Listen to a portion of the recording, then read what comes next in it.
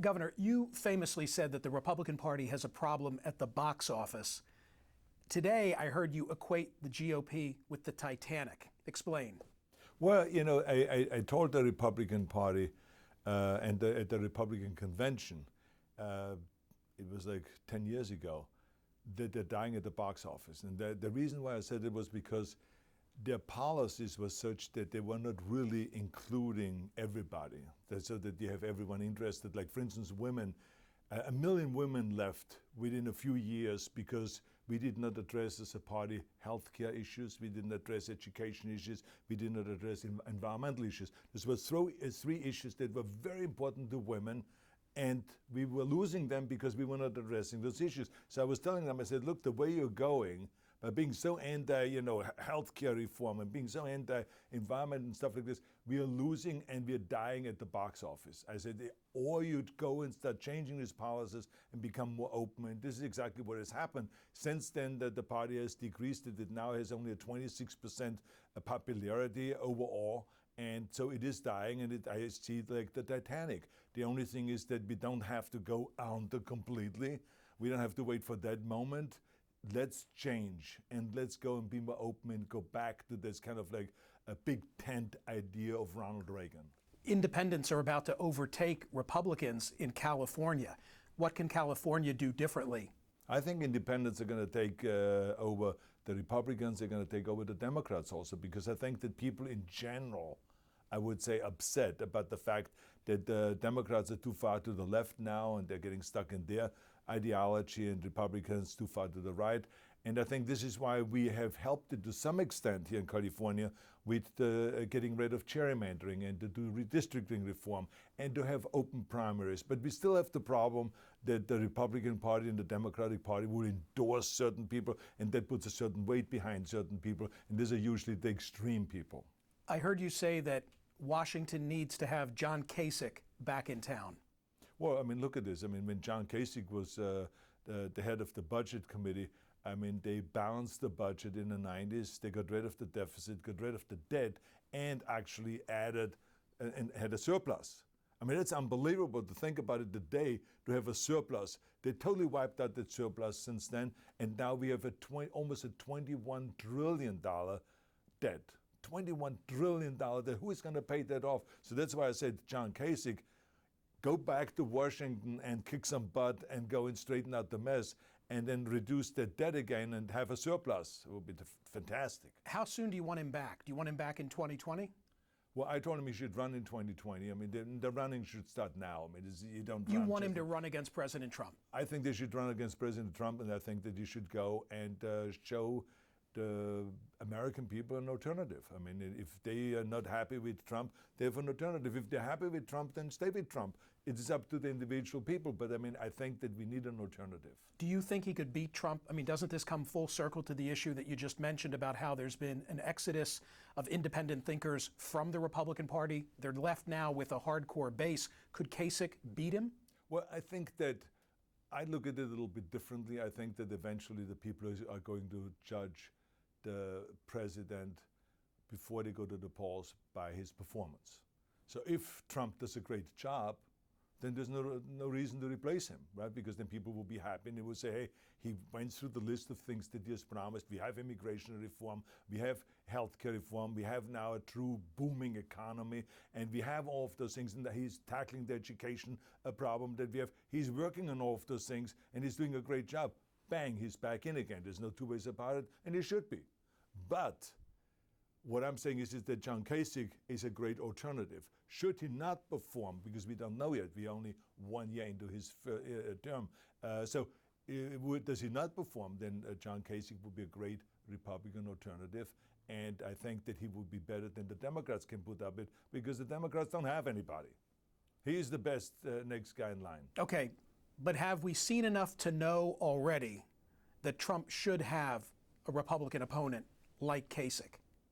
Well, you have to start early enough. I mean, you cannot wait until the 4 years are over and then say, well, you know, it wasn't quite what we thought it should do, and he was not effective enough, so now I'm going to jump in. It's too late.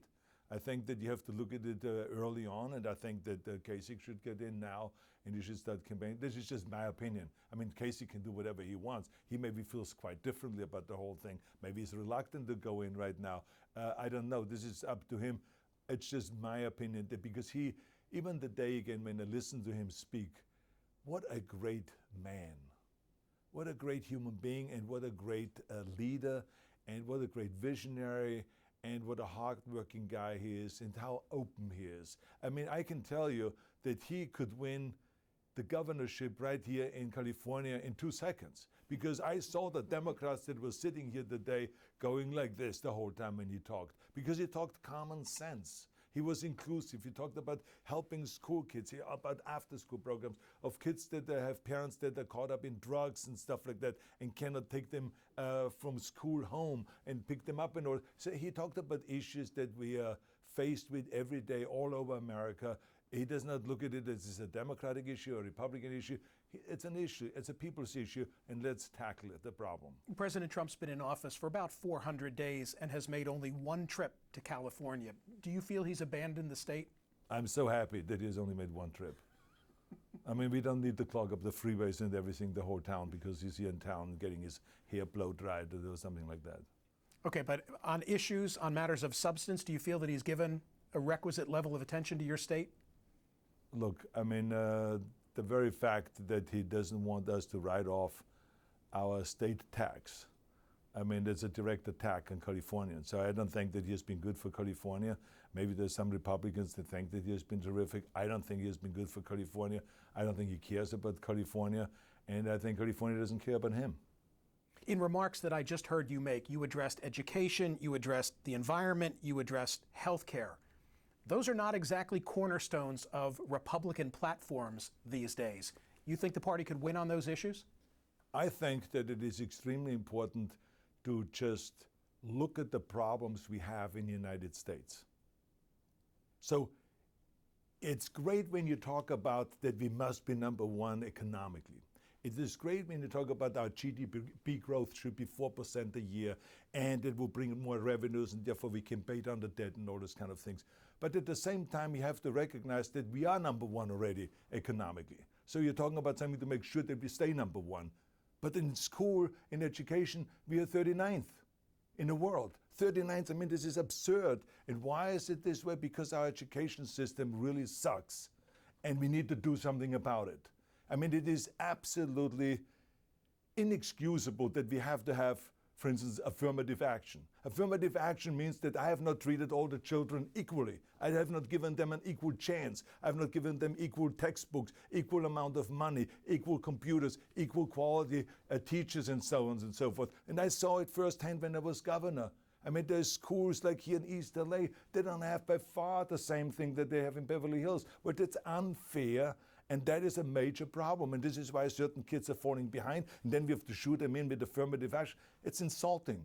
So I say we got to go and start working on and to take on this challenge of equal education and great education on every level so that we can fill those 6 million unfilled jobs that the United States has right now. And they cannot fill it because the people are not educated enough. I mean, it's crazy. So I think that it doesn't matter if you're a Republican or if you're a Democrat, they got to get together and solve this problem because it's a major problem, and we will have a major problem in the future because of that. You still have the fire in the belly. That's obvious from what you're saying to me and what I heard you say earlier today. Is there any political future for you, a direct involvement in politics? No, I'm not looking for running for office or anything like that. I just happen to be as passionate about those issues because I'm not just a talker about politics. I was governor, and I saw firsthand the problems that we have and how those problems actually can be solved if both parties work together. And so what I'm trying to do is just to go and say to Democrats and Republicans, ease off from those political corners that you're stuck in and come to the middle and try to solve the problem the American people need to have those problems solved. We cannot go for another 20 years with no immigration reform or education reform or healthcare reform where we truly have every American insured and figure out a system so that it is fair for everybody, so you don't punish those that already have bought their insurance and so on. So there's a lot of things that need to be tackled. I don't look at it as a Republican issue, Democratic issue. I just see them as people's issues. Final question. There has to be a story behind those boots. What is it? Oh, behind my boots? Yeah. This is, the story is that I love America, and I love to wear the American flag on my cowboy boots, and I wear my American flag sometimes inside my jacket. I have the California flag on one side and the American flag on another side. So I do those kind of things that is a continuous reminder, of how much I, as a immigrant, appreciate that I was received here in America with open arms, and that America has been, even though I thought the world of it before I came over here and what I heard, that it's actually 10 times better than that. And it is the most generous country. We are so inclusive, it is unbelievable. And I'm so proud of it, because look at in California, we have every race together, every religion together, and everything, and no one is fighting. You know what I'm saying? It's working. And so I think we are a model for the rest of the world. Thank you, Governor. Absolutely.